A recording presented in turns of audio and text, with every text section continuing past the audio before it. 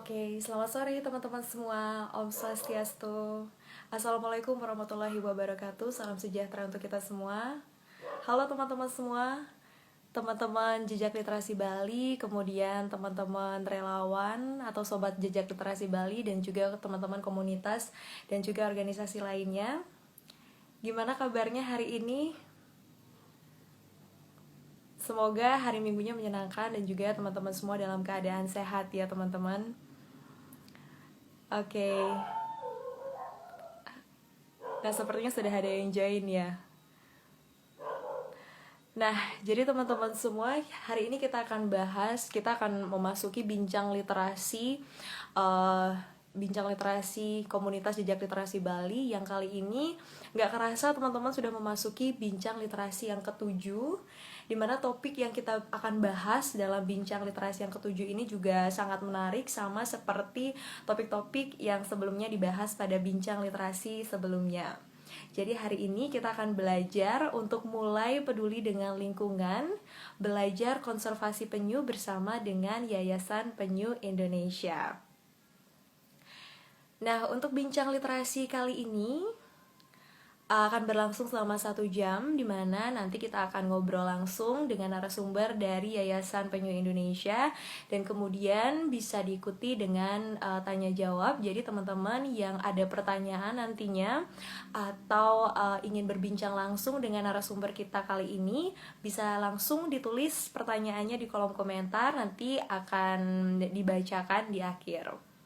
Dan sebelumnya teman-teman, makasih. Aku mau memperkenalkan diri dulu. Jadi aku Ika Mahayani, anggota komunitas Jejak Literasi Bali, dan Astungkara diberi kepercayaan untuk memandu bincang literasi kali ini.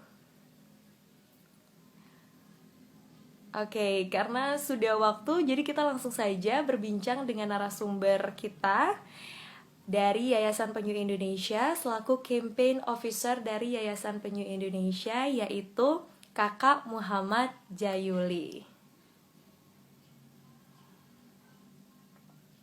atau yang biasa dipanggil Kak Yuli ya Kak ya.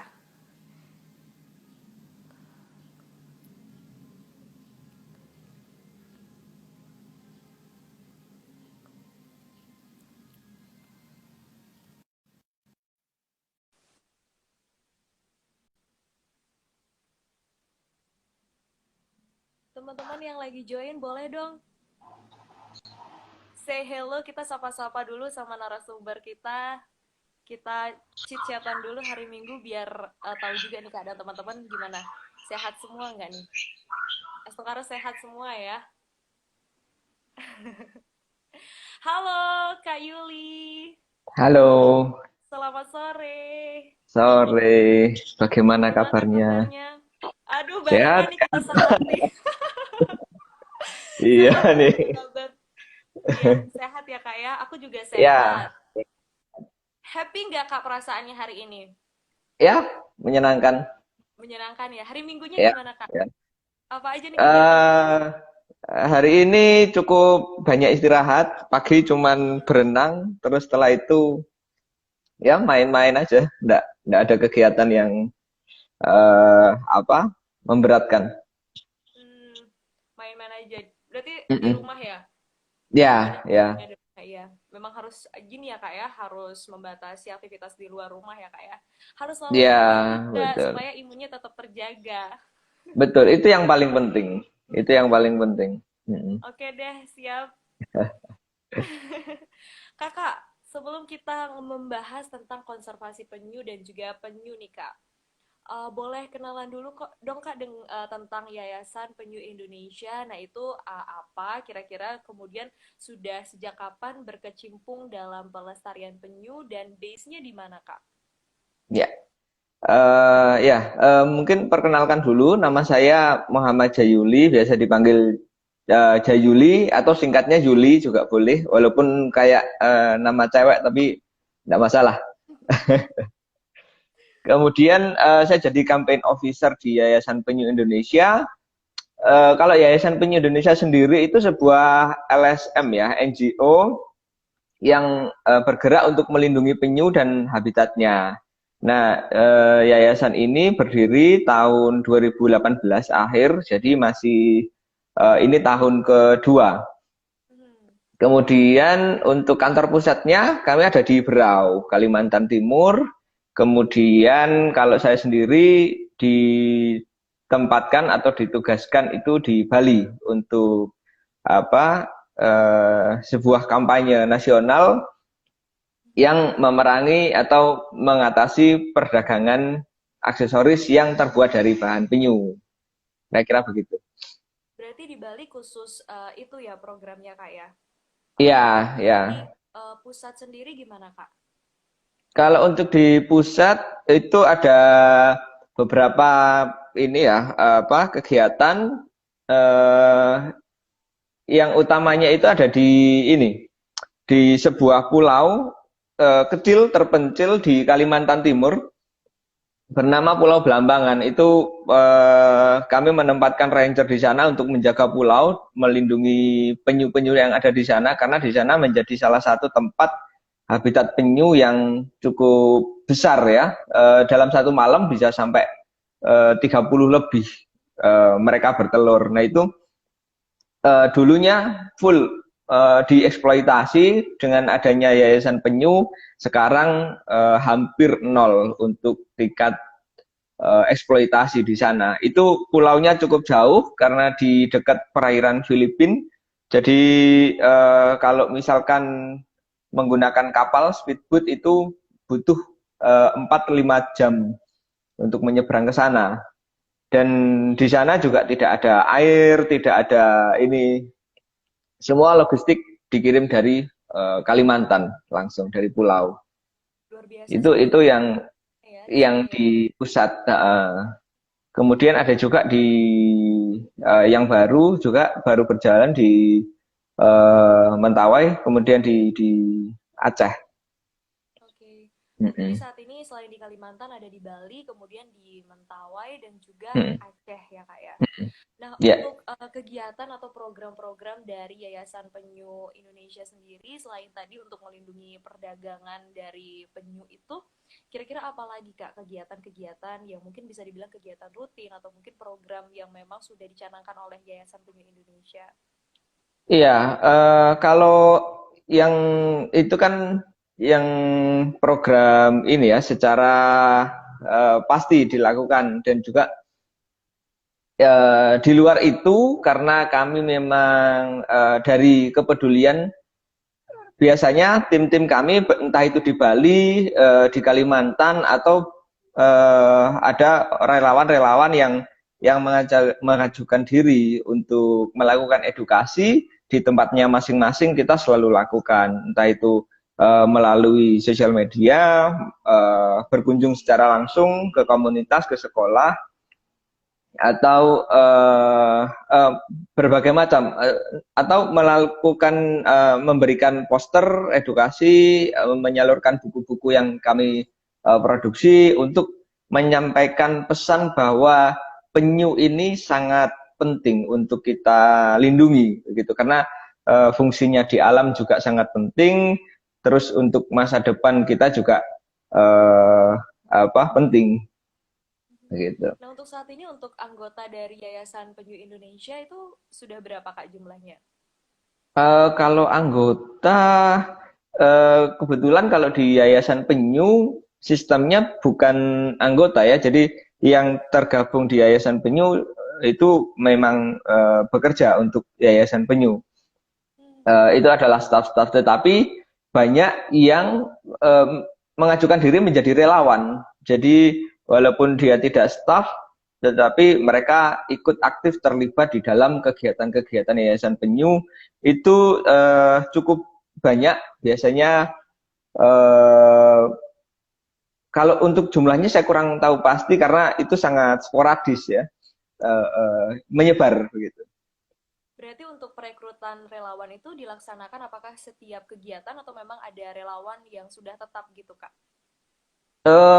Enggak ada perekrutan, kita juga enggak ada ini karena sebagian besar relawan yang tergabung itu mereka mengajukan diri.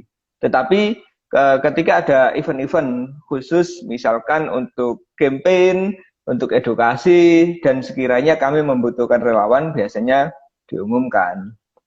Oke, Kira-kira berarti untuk begitu. teman-teman yang ingin menjadi relawan, ikut berkontribusi dalam pelestarian penyu bersama Yayasan Penyu Indonesia itu bisa langsung aja ya nanti berkomunikasi dengan Yayasan Penyu Indonesia ya. Betul, Nanti kita akan betul. bahas, kira-kira kita bisa Ya, komunikasi ke siapa, kontak person dan lain sebagainya. Nah Kak, oke. sebelum kita membahas tentang penyu nih Kak, teman-teman Mm-mm. mungkin ada beberapa juga yang masih bingung dan saya juga sempat bingung juga Kak, perbedaan antara penyu dan kura-kura itu apakah sama atau mungkin ada perbedaan yang mencolok Kak? Iya, kalau dari sisilah taksonomi itu berbeda ya, penyu dengan kura-kura. Dan itu bisa dilihat sebetulnya dengan fisiknya, tampak fisiknya itu berbeda. Kalau yang penyu itu dari bentuk fisiknya mereka tidak punya jari-jari ataupun bentuk alat geraknya, tangan kakinya itu berbentuknya seperti dayung aja. Jadi saya ada gambarnya enggak ya? Jadi karena dia untuk berenang sehingga hanya begitu seperti dayung. Tapi kalau kura-kura karena dia juga aktifnya di darat, kemudian di air tawar, nah mereka bisa jalan secara sempurna. Mereka punya kaki apa tergantung jenis kura-kuranya juga mereka punya kaki yang berbeda-beda. Kemudian selain bentuk fisik, hidupnya juga berbeda.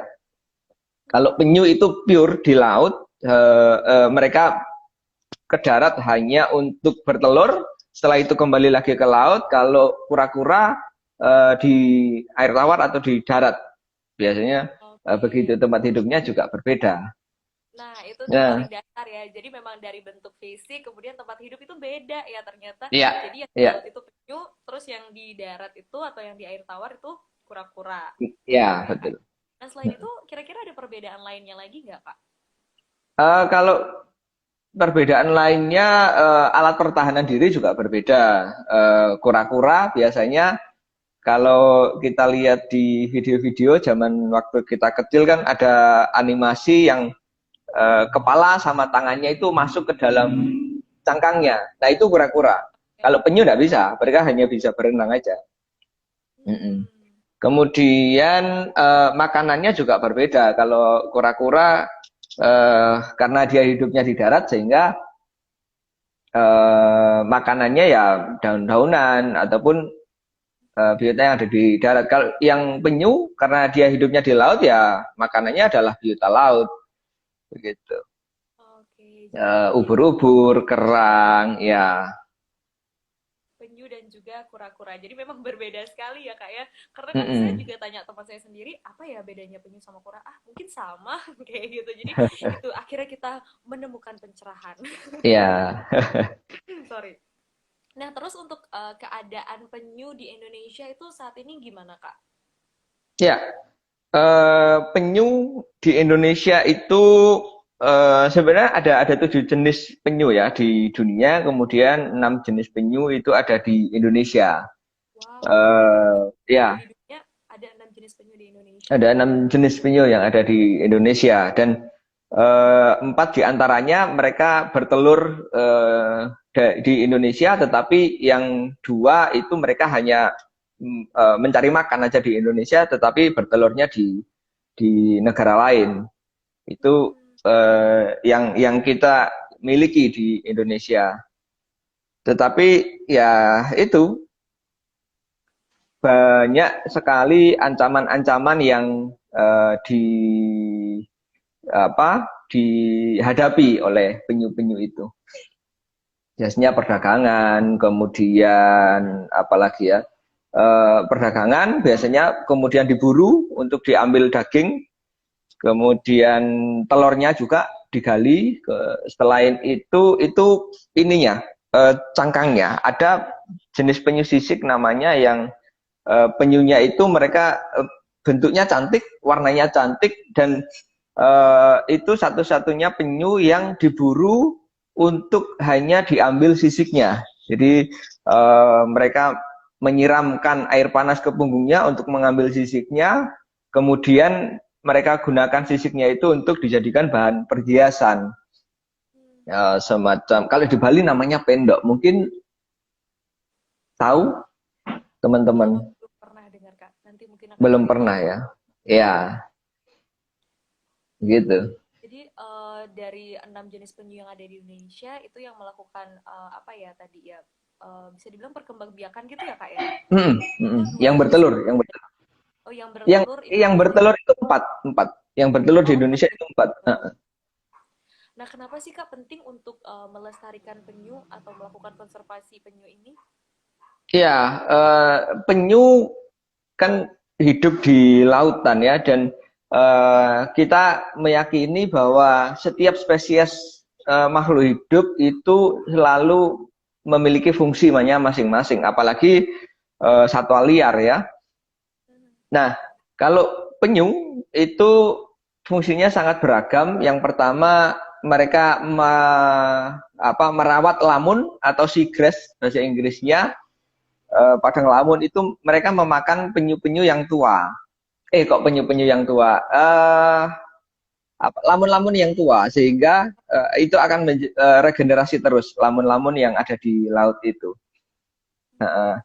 Kemudian itu biasanya dikonsumsi oleh penyu hijau, satu-satunya penyu yang herbivore ketika dia dewasa. Biasanya ini juga menjadi favoritnya para pemburu karena dagingnya dianggap enak. Kemudian yang kedua itu mengontrol distribusi spons. Spons itu biasanya tumbuh di karang-karang, di terumbu karang di laut. Nah, penyu sisik yang tadi yang diambil karapasnya itu, nah tugasnya dia memakan spons-spons itu sehingga menjaga agar terumbu karang tetap sehat di laut.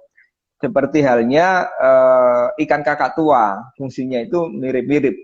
Sehingga untuk menjaga ekosistem di laut itu tetap sehat, kira-kira begitu. Sehingga dengan menjaga kondisi seperti itu bisa menambah atau meningkatkan daya dukung bagi kehidupan biota lainnya yang ada di laut. Oh ternyata banyak sekali ya manfaatnya bagi ekosistem ya Kak ya? Iya, Jadi kalau iya. misalnya tidak ada penyu-penyu itu, kira-kira apa nih yang akan terjadi terhadap laut kita, Kak? Ya, misalkan penyu belimbing mereka sangat suka makan ubur-ubur. Ketika penyu belimbing tidak ada, ubur-ubur bisa overpopulasi. Kemudian kalau salah satu aja spesies bisa overpopulasi atau jumlahnya itu melebihi kapasitas hidupnya, pasti akan mengganggu juga ini kehidupan yang lain. Tentunya yang terdampak nanti ikan-ikan juga yang dipanen oleh nelayan untuk dikonsumsi manusia.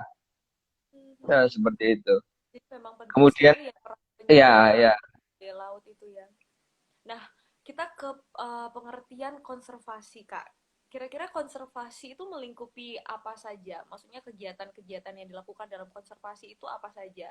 Nah, selain tadinya apa namanya mencegah penjualan barang-barang atau mungkin mengkonsumsi penyu itu. ya. Sebenarnya kan kalau dari definisinya konservasi itu adalah upaya untuk mengawetkan suatu sumber daya sehingga agar lebih sustain, begitu kan? Nah, untuk merealisasikan upaya dari konservasi itu banyak sekali macamnya. Ada yang melakukan upaya konservasi in situ atau di habitat alaminya. Itu yang kami lakukan di Berau, Kalimantan Timur, menjaga habitatnya, kemudian menjaga agar kelangsungan hidup mereka itu baik-baik saja di habitat alaminya.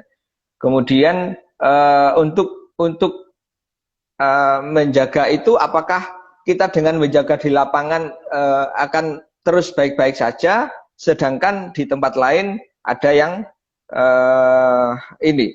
terus mengeksploitasi, sehingga untuk untuk mengupayakan konservasi penyu itu diharuskan atau diupayakan kita selalu yakin bahwa upaya konservasi itu tidak hanya pihak NGO seperti kami atau pihak pemerintah yang punya tanggung jawab terhadap penyu ataupun ekosistem itu sendiri, sehingga upaya yang kami lakukan selalu ada dua jalan. Yang pertama, memberikan pemahaman kepada masyarakat sehingga mereka ikut punya perhatian dan terlibat terhadap kegiatan konservasi, dan juga selain itu kita melakukan konservasinya secara langsung. Nah, ketika dua-duanya ini berjalan, kami berharap apa ya, kita bisa hidup berdampingan dengan satwa itu sendiri. Kalau dalam hal ini ya penyu begitu. Sangat menarik ya Kak ya. Nah, Mm-mm. kemarin dari Yayasan Penyu Indonesia terima kasih sekali sudah membantu untuk mendonasikan beberapa buku tentang penyu ya Kak ya, untuk Ya, gerakan 1.000 buku dari komunitas jejak literasi Bali. Jadi nanti buku-buku tersebut kami akan donasikan ke beberapa sekolah yang ada di Bali, Kak Asungkara, di bulan November. Tidak ada halangan, jadi kegiatannya bisa berlangsung dan juga bisa berjalan dengan lancar. Sangat menarik sekali amin. buku tentang penyu. Nah, boleh diceritakan Kak kira-kira isi bukunya itu apa saja Kak? Ya, itu kan ini ya, upaya dari kami mengajak masyarakat, terutama kalau untuk buku ini adalah target audiensnya generasi muda ya, untuk anak-anak itu, karena mereka yang akan melanjutkan estafet menikmati kekayaan alam. Nah, buku ini bercerita tentang bagaimana penyu itu tidak perlu banyak terlibat bantuan manusia, karena sebetulnya penyu itu sendiri itu sudah kuat. Misalkan ketika dia menetas, mungkin ukurannya hanya segini gitu ya, dan kalau kita lihat itu pasti akan merasa iba ketika dilepas ke laut, kemudian terombang-ambing di laut, kemudian dimangsa begitu. Nah, kalau yang apa namanya, kita baru melihat tukik itu pasti akan seperti itu. Tetapi dengan adanya buku ini itu memberikan pemahaman bahwa sebetulnya penyu itu walaupun tidak dibantu oleh induknya ketika berjalan ke laut, kemudian perjalanan pertama ketika dia di laut itu di dalam tubuhnya sudah dibekali yolk atau kuning telur, sehingga dalam beberapa hari pertamanya berpetualang di laut itu sudah dibekali energi yang cukup, sehingga di dalam perjalanan itu tukik masih bisa memunculkan instingnya untuk memilah atau mencari makannya, kemudian juga mengingat arah dari kemana ia pergi begitu. Berarti Nah, tukik itu pada saat masih menjadi tukik yang masih kecil itu memang harus sudah dilepas ke laut begitu ya Kak ya? iya, iya, iya, Hmm. betul. Selama ini kan banyak mungkin saya sendiri mendengar di masyarakat bahwa banyak orang yang memelihara atau membesarkan penyu itu dengan alasan bahwa penyu yang baru menetas itu masih sangat kecil gitu Kak. Jadi Ya, apa ya, bertahan hidupnya mereka itu menjadi sulit jika langsung dilepaskan ke laut pada saat masih menjadi tukik. Nah, itu gimana Kak sebenarnya? iya. Ya, memang ada beberapa metode yang diyakini para pegiat konservasi itu berbeda-beda, tetapi kami meyakini bahwa penyu tidak perlu melalui head starting. Head starting itu salah satu metode, yaitu untuk membesarkan atau menampung penyu hingga dalam sampai ke ukuran yang menurut mereka cukup layak untuk dilepaskan begitu ya. Nah, kami tidak yang kami terapkan itu tidak melakukan itu. Kami selalu mengupayakan agar penyu selalu kondisinya itu sealami mungkin. Nah, kenapa kok kita mengupayakan penyu itu agar sealami mungkin? Jadi setelah menetas kemudian kembali ke laut, karena di dalam proses penetasan sampai dia kembali ke laut itu ada proses imprinting. Jadi di mana dia mengingat navigasi, kemudian memunculkan instingnya, sehingga pada tahun-tahun mereka dewasa itu kembali ke tempat dia menetas itu masih masih bisa. Itu yang pertama. Kemudian yang kedua, proses head starting atau pembesaran penyu di kolam-kolam itu ada banyak permasalahan juga di dalamnya. Biasanya yang pertama akan mudah terserang penyakit, muncul jamur, kemudian bakteri, macam-macam, apalagi dilalui oleh banyak orang begitu. Kemudian yang kedua, karena penyu itu hidupnya di laut dan menyelam, paru-parunya penyu ini tidak terlatih untuk menyelam di air laut yang dalam, sehingga dia ketika dipelihara dulu itu tidak kemungkinan survive-nya itu bisa menjadi berkurang. Nah, yang paling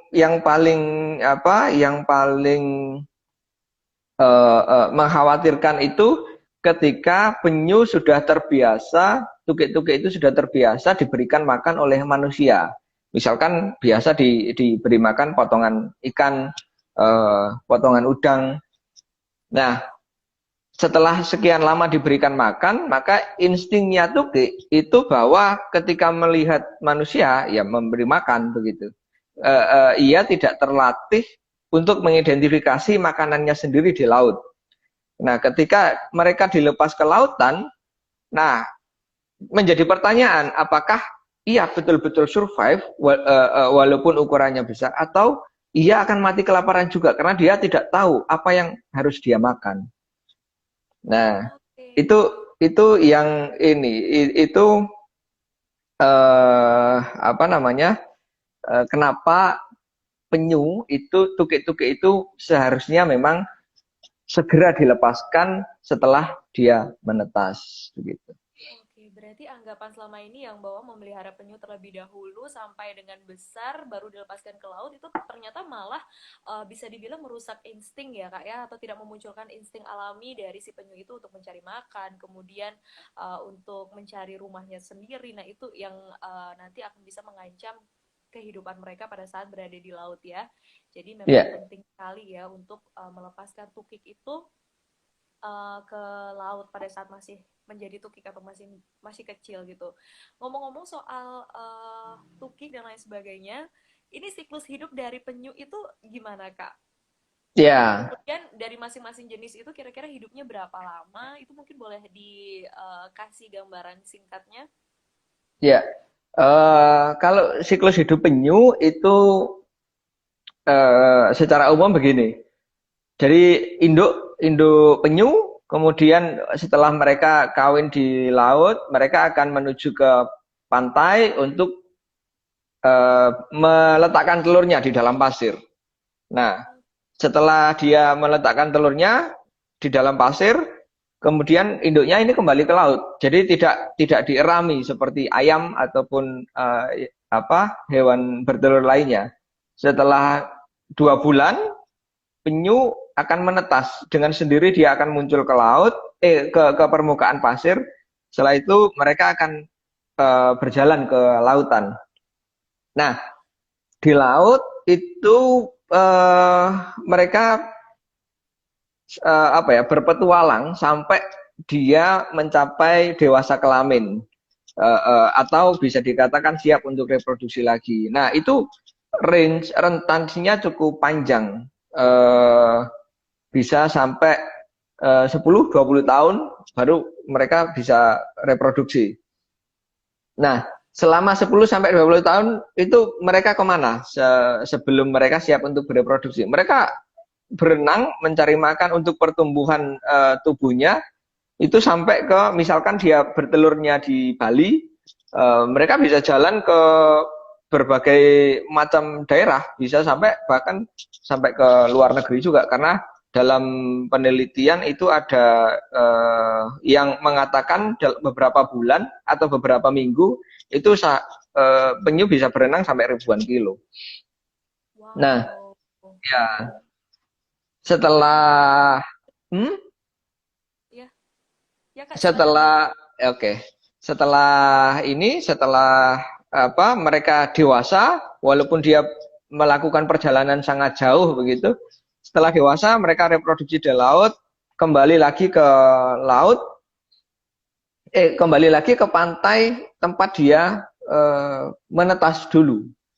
Begitu. Jadi kalau dulunya di Bali ya mereka bisa kembali ke Bali untuk dia meletakkan telurnya untuk anak-anaknya sehingga kembali lagi ke laut. Nah, siklus hidupnya selalu seperti itu. Nah, kalau untuk usia macam-macam ya, tetapi ada penelitian penyu itu bisa mencapai 75 sekitar itu tahun. Nah, tadi mungkin siklus hidup penyu yang bisa dibilang cukup memakan waktu ya, kayak 10 tahun baru bereproduksi, nah kemudian baru bertelur. Itu mungkin yang membuat penyu itu harus benar-benar dilestarikan agar tidak punah ya, Kak ya. Nah, saya mau Ya, bertanya, Kak, untuk waktu apa induk dari penyu itu bertelur di pantai. Nah, itu kan tidak dierami seperti itu. Jadi bisa dibilang telur-telur itu bertebaran bebas di pantai. Nah, itu kira-kira gimana, Kak? Apakah ada ancaman dari luar mungkin yang bisa merusak telur-telur tersebut? Kemudian, berapa sih telur yang dihasilkan pada saat induk itu sekali bertelur?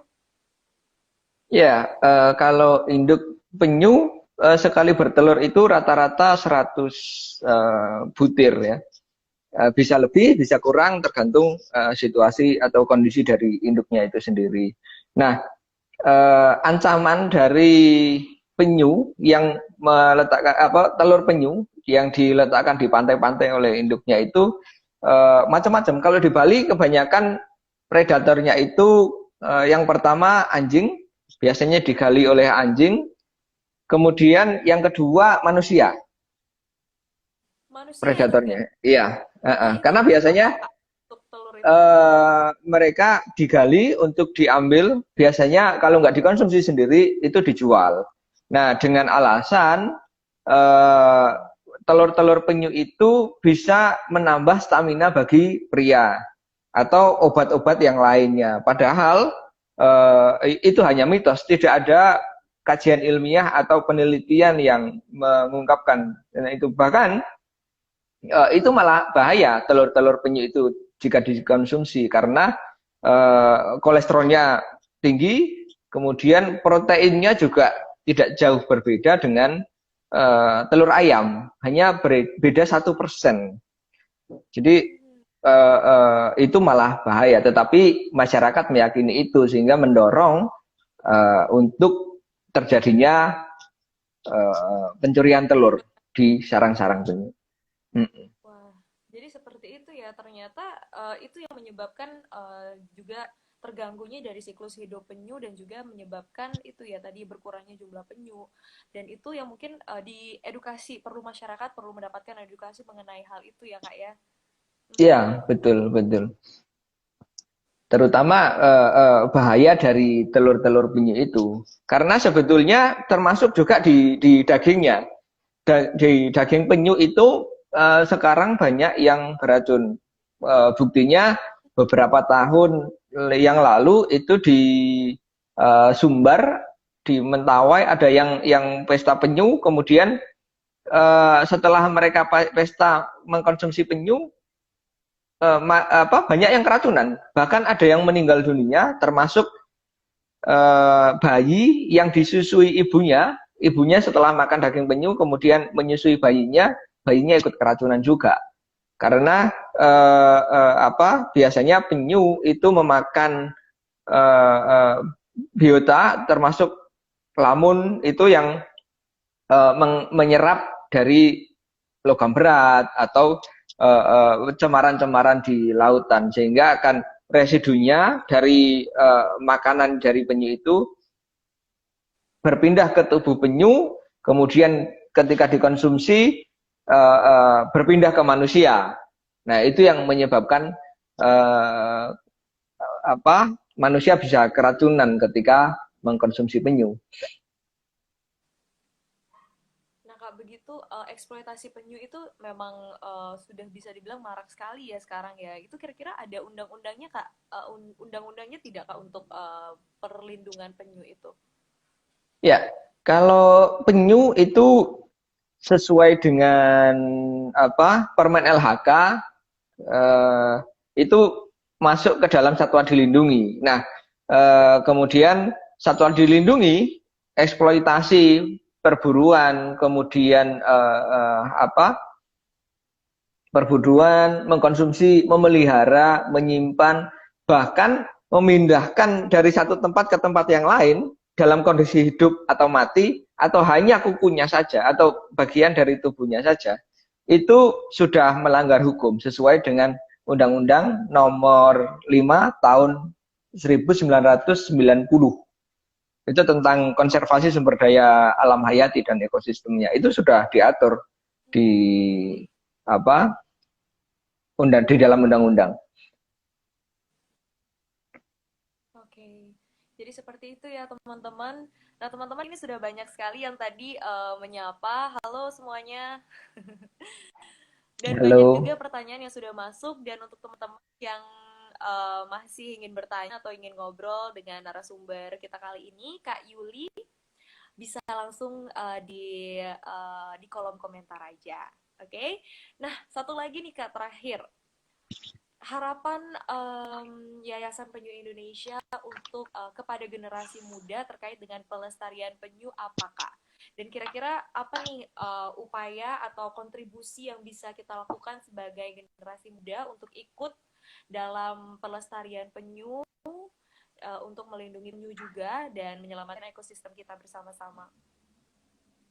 Ya, untuk melestarikan lingkungan, terutama penyu itu bisa kita lakukan dengan menerapkan keseharian yang ramah lingkungan. Kalau misalkan penyu juga ancamannya itu kan salah satunya sampah. Mereka karena makan ubur-ubur dan plastik itu kadang menyerupai ubur-ubur, sehingga tidak bisa membedakan antara penyu dan antara ubur-ubur dan plastik, sehingga biasanya plastik itu termakan oleh penyu. Sehingga harapannya dengan menerapkan pola hidup yang ramah lingkungan itu juga menjadi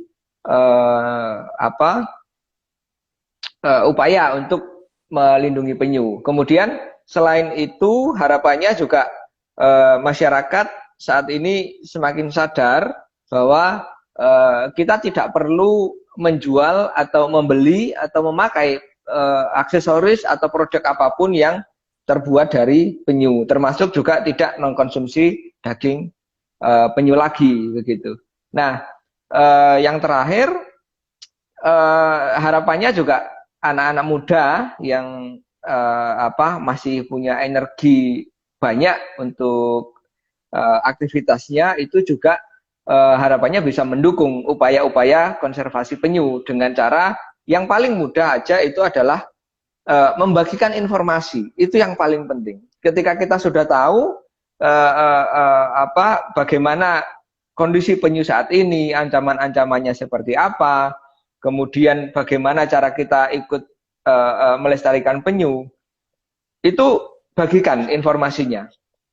Itu hal yang paling mudah, yang paling ringan, tetapi dampaknya sangat luar biasa. Karena dengan satu upaya edukasi itu akan mengubah mindset banyak orang, sehingga ikut punya perhatian terhadap kelestarian lingkungan, khususnya untuk penyu ini. Kira-kira begitu.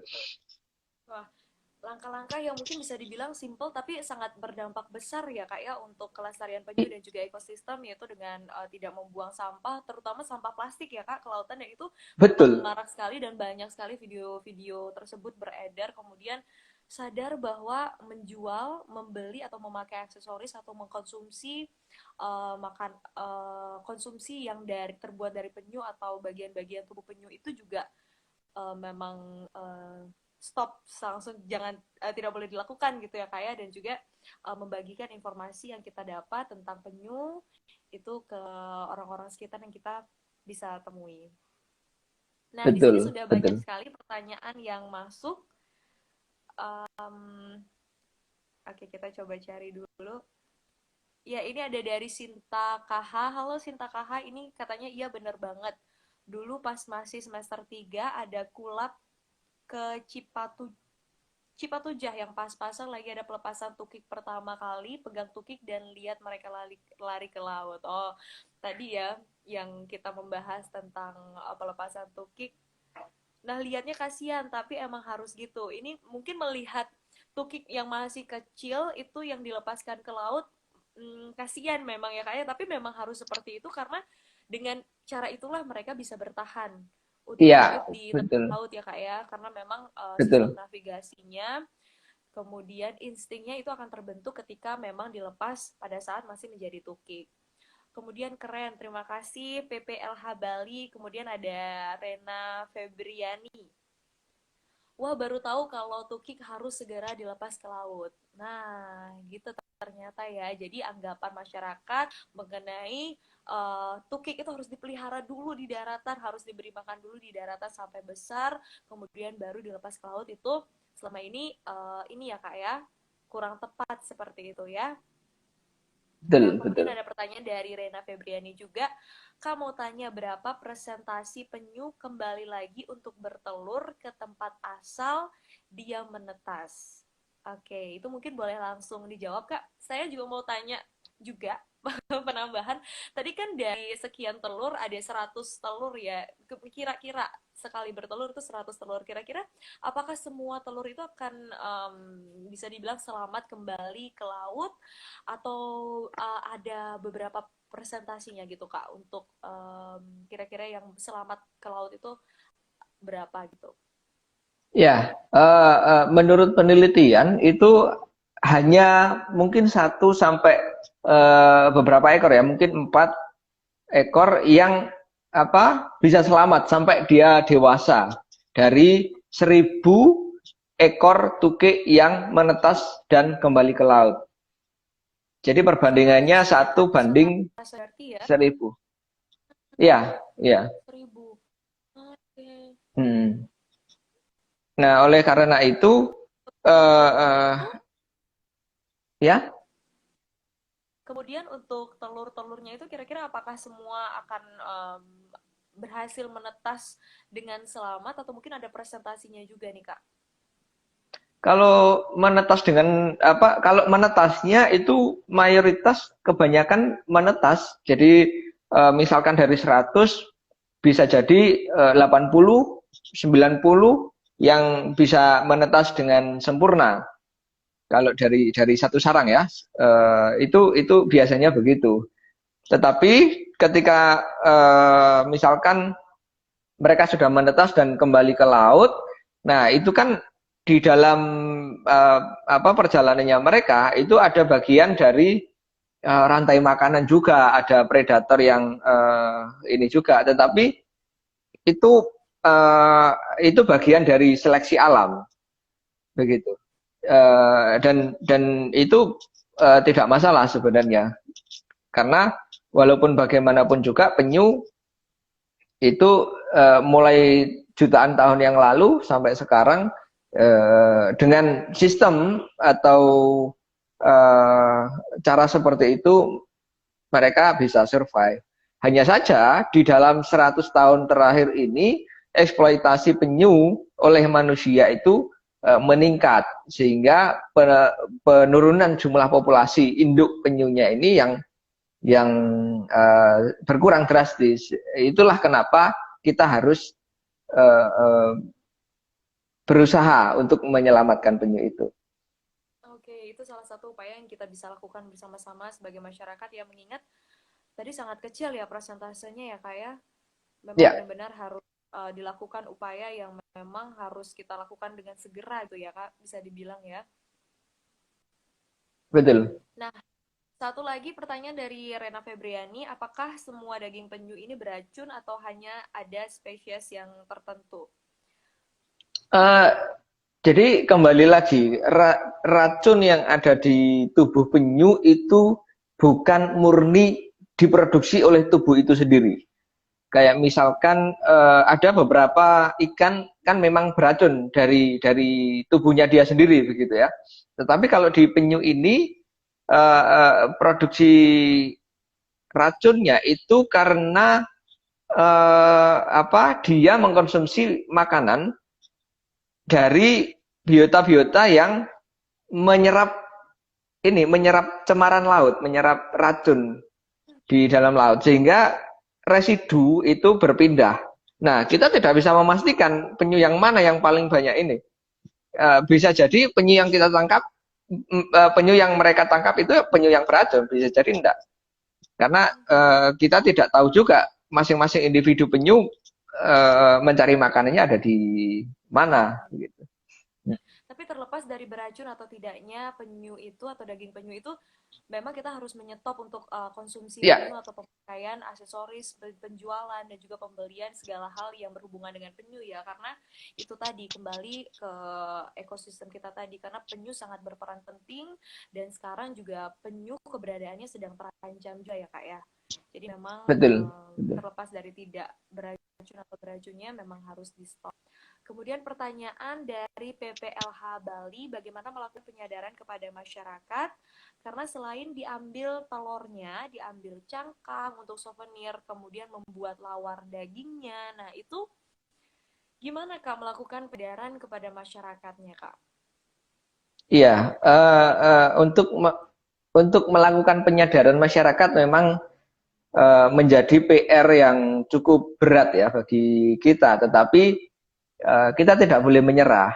Kita harus melakukan dengan berbagai cara untuk bisa mengambil hati mereka sehingga mereka tersentuh dan sadar agar tidak me, mengkonsumsi itu lagi.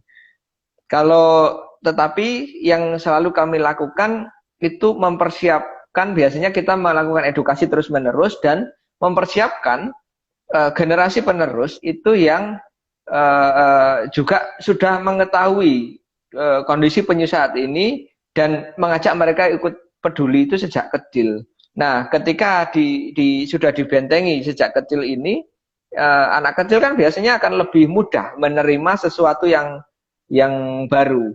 Nah, dengan begitu kita berikan informasi yang baik kepada adik-adik yang masih belajar itu biasanya akan teringat sampai dia dewasa nantinya. Harapannya sih begitu. Nah, itu upaya kita untuk menghentikan atau uh, uh, mengurangi dari eksploitasi ini.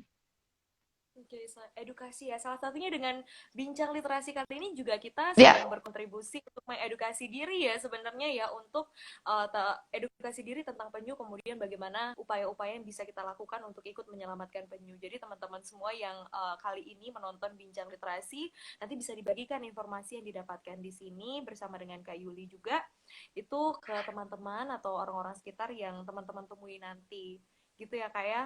Dan ya, juga betul. mengenai buku tentang penyu yang tadi diproduksi oleh Yayasan Penyu Indonesia, itu mungkin teman-teman bisa dapatkan atau mungkin bisa didapatkan di mana Kak kira-kira? Bisa langsung menghubungi IG Yayasan Penyu, nanti akan saya respon. Atau bisa kalau domisilinya ada di Bali, bisa main ke kantor, kita bisa berikan itu di kantor. Kantornya di kami ada di Jalan Danau Tondanu, nomor 45, Sanur. Oke, Mm-mm. jadi itu ya untuk lebih mengetahui lagi nih tentang penyu dan juga bagaimana keadaan penyu di Indonesia. Kemudian ini ada Rena juga halo Kak, halo Ren, halo semuanya juga. Ada Safari Virtual, congrats for you. Terus ada Mariati Abiduna, selamatkan penyu. Mari kita selamatkan penyu, karena menyelamatkan penyu juga kita termasuk berkontribusi juga untuk menyelamatkan lingkungan kita. Kemudian ada dari Mariati Abiduna juga, bagaimana dengan penegakan hukum terhadap tersangka pemburu dan juga penjual telur ataupun aksesoris penyu. Nah, ini kira-kira gimana Kak penegakan hukum terhadap tersangka tersebut? Ya, sebetulnya penegakan hukum itu sudah berkali-kali dilakukan di berbagai daerah ya, termasuk di Bali itu beberapa bulan yang lalu terjadi penangkapan 2 kali terhadap penyelundup penyu, penyu hijau. Itu penyu yang memang apa biasanya dipotong untuk diambil dagingnya. Nah, kalau misalkan untuk penegakan hukum, jika ada masyarakat yang mengetahui eh, apa pelaku, itu bisa langsung melaporkan, dan biasanya jaminan rahasia pelapor itu identitasnya akan disembunyikan. Oke, itu juga salah satu upaya yang kita bisa lakukan ya, dengan Ya, memperhatikan ya. lingkungan kita. Nah Kak, ngomong-ngomong untuk di Bali, kan ada beberapa upacara yang menggunakan penyu sebagai sarana uparanya. Begitu Kak. Nah, kira-kira apakah itu bisa dilakukan dengan cara tertentu atau mungkin memang sudah tidak boleh sama sekali Kak?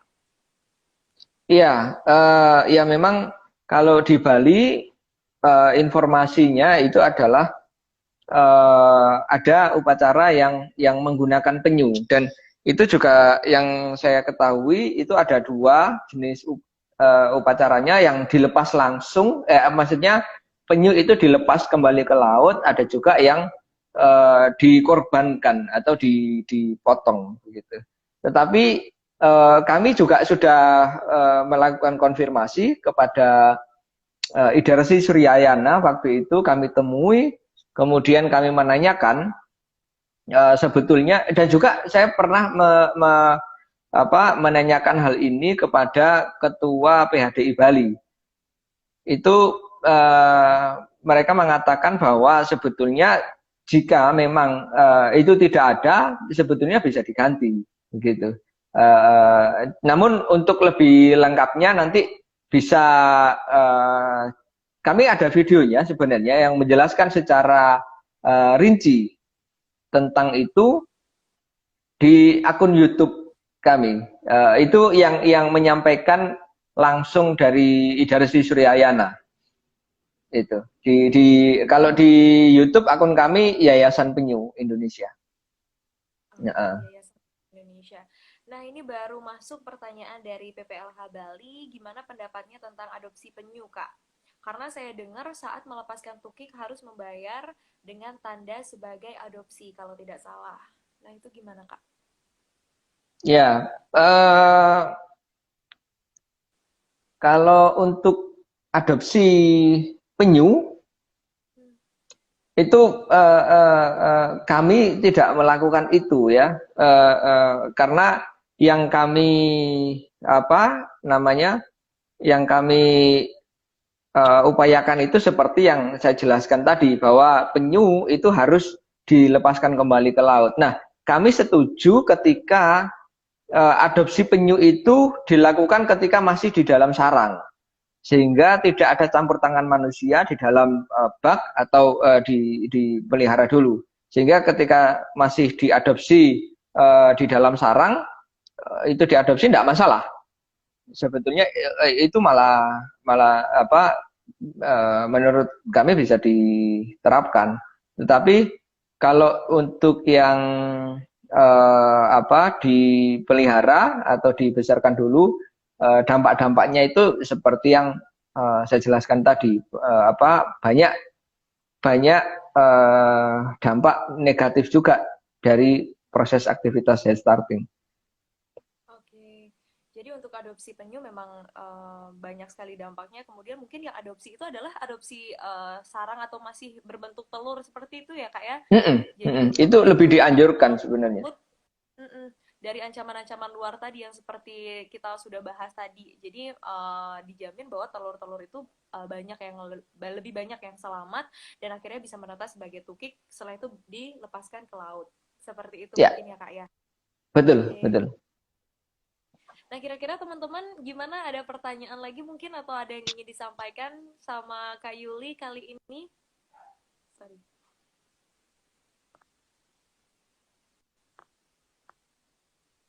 Oke Kak, sebelum kita akhiri, mungkin Ya. apa ya, kesan dan pesan terakhir nih untuk para generasi muda yang sedang menonton bincang literasi kali ini, kira-kira gimana Kak? Ya, ya semoga dengan adanya bincang ini menjadi salah satu upaya kita untuk melestarikan penyu ya dengan berbagai informasi, kemudian juga menyebarkan informasi-informasi yang baik, terutama untuk penyu. Itu ketika harapannya nanti setelah mendapatkan informasi ini bisa dibagikan ke keluarganya, yang paling utama, yang paling dekat keluarganya dulu, kemudian tetangga, kemudian ada mungkin ada kepala lingkungan atau camat atau sampai ke yang paling luas. Itu harapannya sih teman-teman bisa berbagi informasi. Kira-kira begitu. Selain itu bisa di sosial media juga kan Kak ya? Karena kan banyak Ya, juga sekarang sudah ini informasi di media sosial. Topiknya mm-mm. bagus banget Kak, banyak hal tentang penyu yang baru saya ketahui. Makasih infonya dari Rena Febriani. Ya, banyak banget Kak.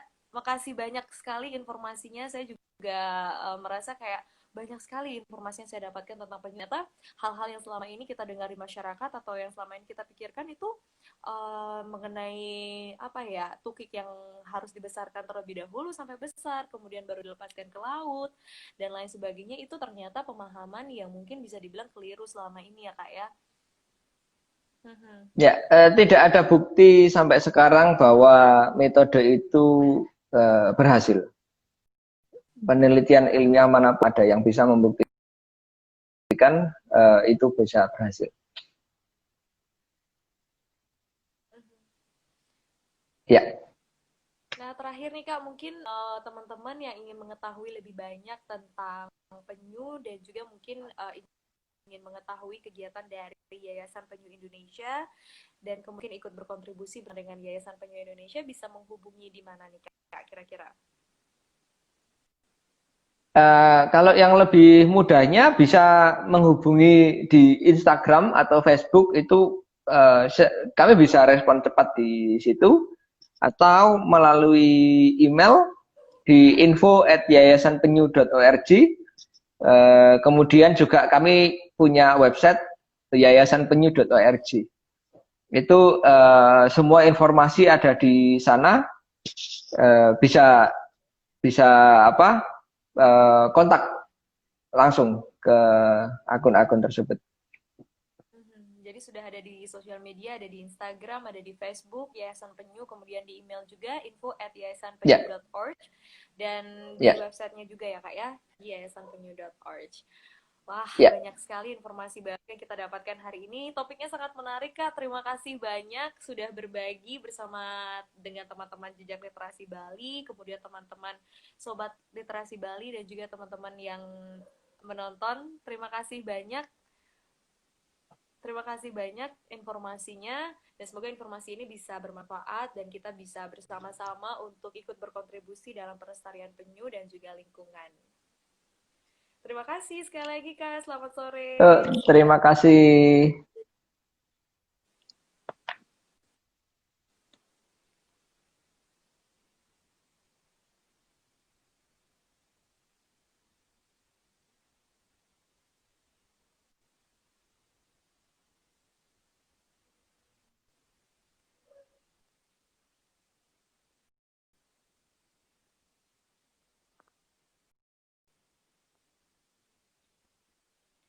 Nah, itu dia tadi teman-teman obrolan kita bersama dengan Kak Muhammad Jayuli selaku Campaign Officer dari Yayasan Penyu